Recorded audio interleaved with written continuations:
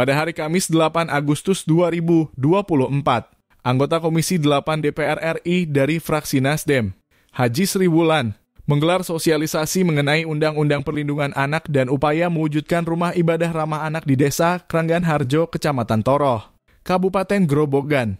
Ratusan masyarakat dari berbagai wilayah di Kabupaten Grobogan memadati lokasi acara, menunjukkan antusiasme mereka terhadap isu penting ini.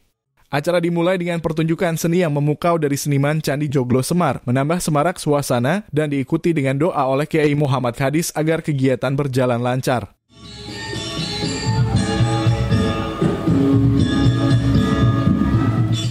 Kegiatan ini dihadiri oleh sejumlah pejabat penting, termasuk Asisten Deputi Pemenuhan Hak Anak atas Kesehatan dan Pendidikan Kementerian Pemberdayaan Perempuan dan Perlindungan Anak, Amurwani Dwi Lestari Ningsih, Kepala Dinas DP 3 AKB, Indarti Ningsih, Kasih Bimas Islam Kantor Kemenag Grobogan, Abdur Rauf, serta Kabid P3A, Agus Setijorini, yang juga bertindak sebagai moderator acara.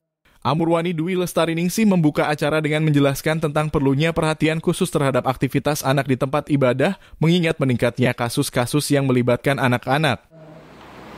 Rumah ibadah ramah anak, begitu ya.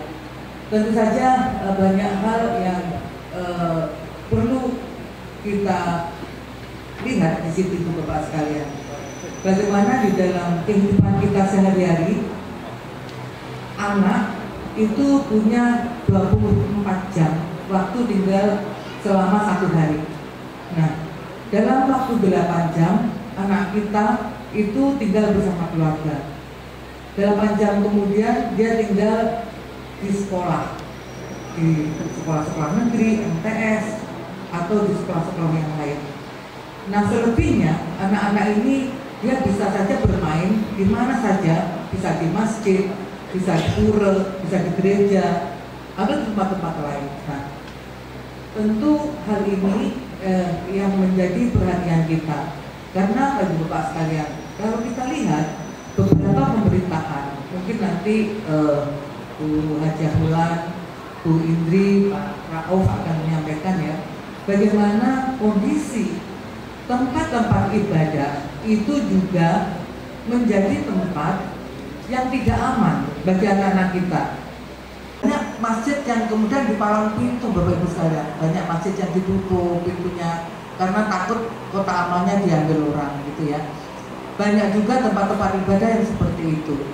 Dan juga yang lebih ngeri lagi, banyak sekali pengelola masjid, pengelola gereja, pengelola wihara. Indarti Ningsih memperkenalkan program Tribina yang meliputi Bina Keluarga Balita, Bina Keluarga Remaja, dan Bina Keluarga Lansia. Program ini diharapkan dapat meningkatkan kepedulian anggota keluarga demi tercapainya kesejahteraan keluarga. Kepala Bidang Perlindungan Anak di Dinas kami yaitu Dinas Pemberdayaan Perempuan, Perlindungan Anak dan Keluarga Berencana. Di sini dan kebetulan ini kami lihat bapak-bapaknya banyak yang hadir di sini. Kita ajak bersama-sama, mari kita bersama-sama untuk melindungi anak-anak kita. Karena anak itu menjadi aset bangsa yang akan menjadi penerus keluarga, akan menjadi penerus bangsa. Yang harus kita lindungi, kita jaga. Melalui sekolah ada juga sekolah ramah anak. Itu juga Pak, tujuannya itu anak-anak merasa aman, terlindungi. Termasuk juga itu tadi rumah ibadah ramah anak. Bahkan kita dengan BKKBN itu juga ada yaitu terkait dengan Tribina. Tahu nggih Pak? Tribina nggih? Ada yang tahu Tribina? Bina Keluarga Balita, Keluarga Bina Remaja, dan Bina Keluarga Lansia. Ya, Bina Keluarga Balita itu ya di Posyandu tadi Pak, mulai di sana. Anak-anak itu menerima imunisasi lengkap di situ. Terus yang Bina Keluarga Remaja, anak keluarga yang memiliki remaja mereka diedukasi bersama-sama untuk bisa anak itu diajak sharing, diajak komunikasi balik. Jadi anak itu bisa menyampaikan unek-uneknya. Jadi tidak semacam didoktrin Pak, kamu harus ini, harus ini. Tapi kita sekali tempo mendengarkan keluhan anak. Apa yang diinginkan oleh anak itu didengarkan oleh orang tua. Selanjutnya, Abdur Rauf menekankan pentingnya menciptakan tempat ibadah yang ramah anak agar tempat tersebut dapat menjadi alternatif aman dan nyaman bagi anak-anak untuk berkumpul dan melakukan kegiatan positif. Kementerian Agama itu menerbitkan ibadah ramah anak. Kira ada 16, ada 12. Masjid ada 5, gereja ada 6, pura ada 1. Masih ada nih. Ya. Ini juga kita sekedar memberikan advice. Nah ini belum, mohon Bu yang dari pusat, mulai ada Mbak Wulan nih.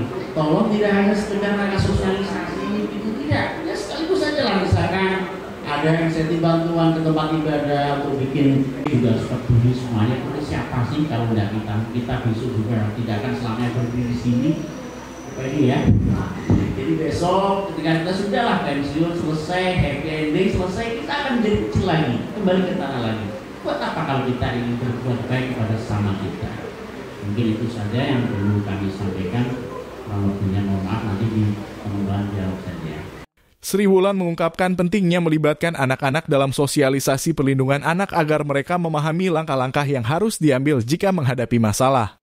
Sehingga ini nanti pulang anak-anak ngerti kalau saya mendapatkan kejadian seperti ini, saya harus bagaimana, ujarnya. Program sebelum dimasukkan kepada kita atau menjadi bahasan dengan DPR, nanti sudah dimasukkan dulu programnya. Jadi jangan sosialisasi datang terus kemudian pulang ini nggak ada artinya.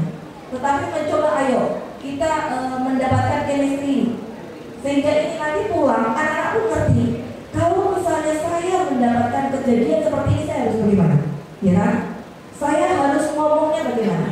Kepada siapa kita harus ngomong? Apa kepada polisi, lapor, kemudian dinas, atau kemana? Gitu.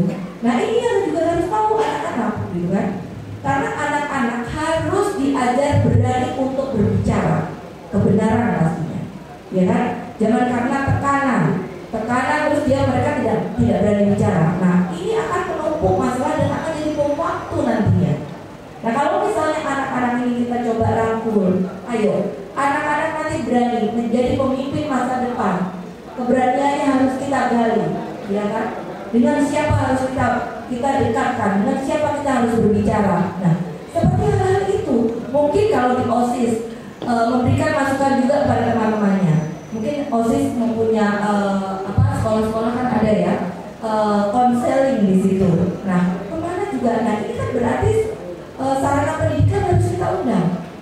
Karena kebanyakan kan sedih kalau kita melihat atau mendengar atau di sekeliling kita anak 14 tahun yang harusnya masih sekolah, harusnya masih bermain, tiba-tiba hamil. Kemana larinya? Salah satu peserta Parjo warga desa Karangayar, Karangrayu mengapresiasi penyampaian anggota DPR RI Komisi VI 3 untuk melibatkan anak dalam kegiatan sosialisasi yang dilakukan. Usai narasumber menyampaikan materi, kegiatan dilanjutkan dengan sesi tanya jawab peserta. Assalamualaikum warahmatullahi wabarakatuh. Nama saya Parjo, saya dari Desa Karanganyar, Kecamatan Karangrayu. Lalu itu sama petunjuk bagaimana saran atau resepnya supaya anak itu senang dan tempat ibadah itu menjadi tempat pilihan yang enak untuk belajar. Yang kedua, kaitannya yang disampaikan oleh Ibu Haja Sri Wulan, saya apresiasi betul Bu. Karena apa? Sekarang ini anak-anak itu apabila dipanggil orang tua dengan ada kode HP itu lebih HP-nya lebih patuh kepada HP. Nah, mungkin itu menjadi tolak ukur apabila nanti di kemudian hari ada sosialisasi tidak hanya melibatkan perangkat desa, tapi juga anak-anak yang perlu kita bina. Mungkin itu, terima kasih. Setelah usai sesi tanya-jawab, Sri Wulan menekankan peran pemerintah dalam menangani permasalahan anak melalui berbagai instansi yang terkait. Pada saat diwawancarai oleh tim media Gemadika, peran pemerintah dengan peraturan-peraturannya, kita dengan sosialisasi, merangkul dengan instansi yang sudah ada, dengan rumah ibadah, dengan Kementerian Agama, kemudian Kementerian PPA, terus kemudian juga Kementerian Kesehatan, juga pendidikan juga sama, karena ini semua harus saling terkait. Tidak bisa kita pisahkan satu persatu karena menyangkut psikologi anak dan itu akan masa depan anak. Jadi ini adalah satu kesatuan yang tidak bisa kita pisahkan.